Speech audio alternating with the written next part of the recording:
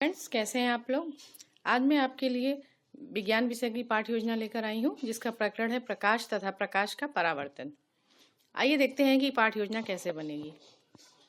इसके लिए सबसे पहले हम लिखेंगे पाठ्य योजना संख्या, उसके बाद लिखेंगे छात्राध्यापक या छात्राध्यापिका का नाम, फिर लिखेंगे विद्यालय का नाम जहाँ से शिक्षण कार्य कर रहे हैं। उसके बाद हम इस तरह से एक टेबल बनाएंगे जिसमें हम लिखेंगे दिनांक, कक्षा, विषय, उपविषय, चक्र और अवधि के बारे में। उपविषय आज का है हमारा पदार्थ विज्ञान। प्रकरण हमने पहले ही बता दिया कि प्रकाश और प्रकाश का परावर्तन। उसके बाद प्रकरण के बाद नंबर आता है सामान्य उद्देश्य का। सामान्य उद्देश्य सारे ही लेसन प्लान के लेख होता है। कौन कौन से सामान्य उद्देश्य हैं? पहला उद्देश्य है छात्रों में विज्ञान विषय के प्रति रुचि जागृत करना, छात्रों की तार्किक शक्ति का विकास करना, छात्रों में आत्मविश्वास की भावना को जागृत करना और छात्रों की अवलोकन क्षमता को विकसित करना। सामान्य उद्देश्य के बाद नंबर आता है विशिष्ट उद्देश्य का।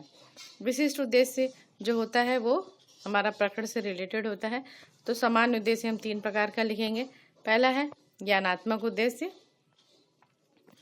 ज्ञानात्मक उद्देश्य में छात्र प्रकाश के बारे में जान सकेंगे, छात्र प्रकाश के गुणों का ज्ञान प्राप्त कर सकेंगे। दूसरा बोधात्मक उद्देश्य है कि छात्र प्रकाश की विशेषता एवं उसके नियम को बता सकेंगे। और तीसरा जो क्रियात्मक उद्देश्य में है कि छात्र दैनिक जीवन में प्रकाश के महत्व को समझ सकेंगे और छात्र प्रकाश के परावर्तन के नियमों का प्रयोगात्मक अध्ययन कर सकेंगे। ये था हमारा क्रियात्मक उद्देश्य।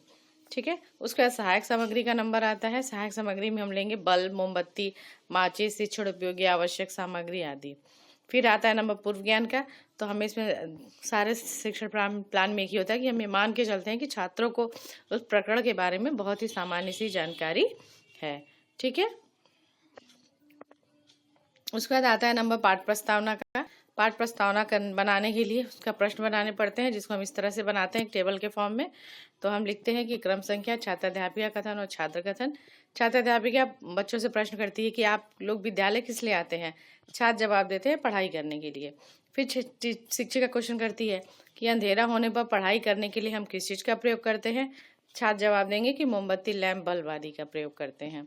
फिर इसी से उठा के मोमबत्ती, लैंप आदि को उठा के फिर एक प्रश्न बनाया जाएगा कि मोमबत्ती, लैंप, बल्ब आदि हमें क्या देते हैं। तो हमें प्रकाश देते हैं या रोशनी देते हैं। तो फिर हमारा प्रकाश को लेके अगला प्रश्न बन जाएगा कि प्रकाश को आप कैसे परिभाषित कर सकते हैं। अब छात्र यहाँ पे मौन हो जाएंगे, जो कि समस्यात्मक हो जाएगा। तो फिर हमारा उद्देश्य कथन यही हो जाएगा कि छात्रों, आज हम लोग विज्ञान विषय के अंतर्गत प्रकाश का विस्तृत अध्ययन करेंगे। उसके बाद आता है नंबर पाठ प्रस्तुतिकरण का। पाठ प्रस्तुतिकरण करने के लिए इस तरह से हम एक टेबल बनाते हैं जिसमें हम क्या क्या लिखते हैं, इन बिंदुओं पे ध्यान देते हैं। पहला है क्रम संख्या, शिक्षण बिंदु, छात्राध्यापिका कथन, छात्र कथन और श्याम पटकार। ये 5 बिंदु होते हैं। तो पहला जो है हमारा पहला शिक्षण बिंदु है प्रकाश। तो शिक्षिका प्रश्न करती है कि प्रकाश से आप क्या समझते हैं। छात्र क्या है यहाँ मौन हो जाएंगे और छात्राध्यापिका स्पष्टीकरण देगी कि प्रकाश एक विद्युत चुंबकीय विकिरण होता है जिसके तरंग दैर्ध्य दृश्य सीमा के भीतर होता है। प्रकाश हमेशा सीधी रेखा में चलती है। प्राकृतिक रूप से प्रकाश हमें सूर्य से मिलता है। पृथ्वी से सूर्य तक की दूरी लगभग 15 करोड़ किलोमीटर है। सूर्य से पृथ्वी तक प्रकाश पहुंचने में 8 मिनट 16 सेकंड का समय लगता है। टार्च, बल्ब, मोमबत्ती आदि प्रकाश के कृत्रिम स्रोत है। ठीक है। अब इन सब चीज़ों में से जो इम्पोर्टेंट चीज़ें आप इसको श्यामपट्ट पे भी दर्शा सकते हैं। हमने यहाँ श्यामपट्ट पे कुछ और चीज़ें लिखी दी हैं कि प्रकाश समांगी पारदर्शी माध्यम में सरल रेखा में गति करता है। किस तरह से दिखा दिया श्यामपट्ट पे कि एक सीधी रेखा में गति कर रहा है, किस तरह से एक अभिसारी किरण पुंज के रूप में और कैसे अपसारी किरण पुंज के रूप में गति करता है। फिर इस शिक्षण बिंदु से रिलेटेड बोधात्मक प्रश्न पूछ लेंगे कि प्रकाश के प्राकृतिक स्रोत क्या है। छात्र क्या जवाब देंगे, सूर्य। फिर पूछेंगे प्रकाश के कृत्रिम स्रोत कौन कौन से हैं। छात्र क्या जवाब देंगे कि टार्च, बल्ब, मोमबत्ती आदि कृत्रिम स्रोत हैं। ठीक है। उसके बाद दूसरा शिक्षण बिंदु आता है दीप्त तथा अदीप्त वस्तुएं। तो छात्र प्रश्न पूछेंगे कि दीप्त तथा अदीप्त वस्तुओं से आप क्या समझते हैं। छात्र मौन हो जाएंगे। इसका स्पष्टीकरण देगी शिक्षिका कि जो वस्तुएं स्वयं प्रकाश उत्पन्न करती हैं उन्हें दीप्त वस्तुएं कहते हैं, जैसे सूर्य, बल्ब, तारे, टॉर्च आदि। और जो वस्तुएं स्वयं प्रकाश उत्पन्न नहीं करती हैं अदीप्त वस्तुएं कहलाती हैं, जैसे मेज, कुर्सी, बर्तन आदि। परंतु चंद्रमा दीप्त वस्तु नहीं है क्योंकि वह स्वयं प्रकाश उत्पन्न नहीं करता है। फिर इधर श्यामपट्ट पे भी दिखा दिया कि दीप्त वस्तुएं क्या है। बल्ब, सूर्य, टॉर्च आदि जो है दीप्त वस्तुएं हैं मोमबत्ती। अदीप्त वस्तुएं क्या है? मेज, कुर्सी, बर्तन आदि जो है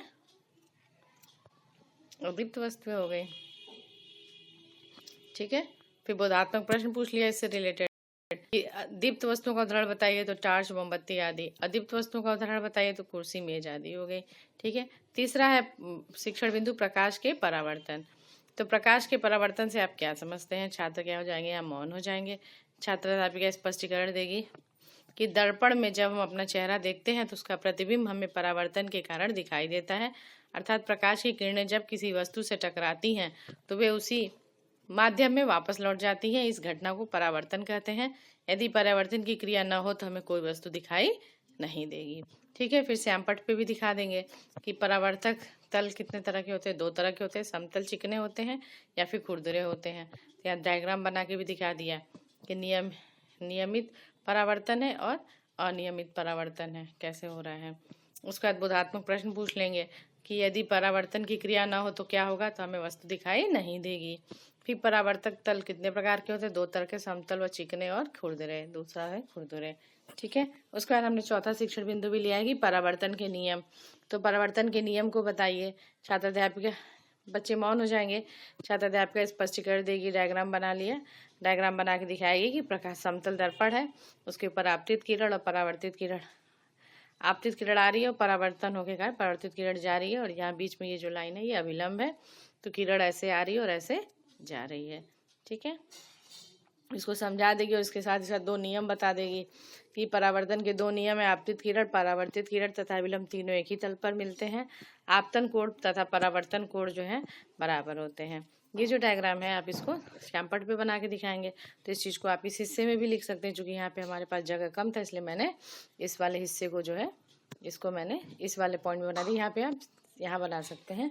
और परावर्तन के 2 नियम होते हैं, ये लिख दिया, और कोण आई बराबर कोण आर होते हैं। ठीक है, उसके बाद हम बोधात्मक प्रश्न पूछ लेंगे कि परावर्तन के कितने नियम है। छात्र जवाब दे देंगे कि परावर्तन के 2 नियम हैं। फिर आपतन कोण सदैव किसके बराबर होता है? तो आपतन कोण सदैव परावर्तन कोण के बराबर होता है। ठीक है, ये हो गया बोधात्मक प्रश्न। उसके बाद नंबर आता है पुनरावृत्ति प्रश्न का। ये किसी प्रकाश स्रोत का नाम बताइए। दूसरा है प्रश्न दीप्त तथा अदीप्त वस्तुओं के नाम में क्या अंतर होता है। और तीसरा प्रकाश के परावर्तन के नियम क्या हैं।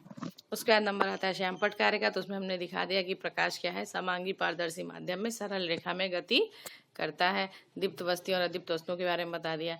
फिर प्रकाश का परावर्तन क्या होता है उसके बारे में लिख के दिखा दिया।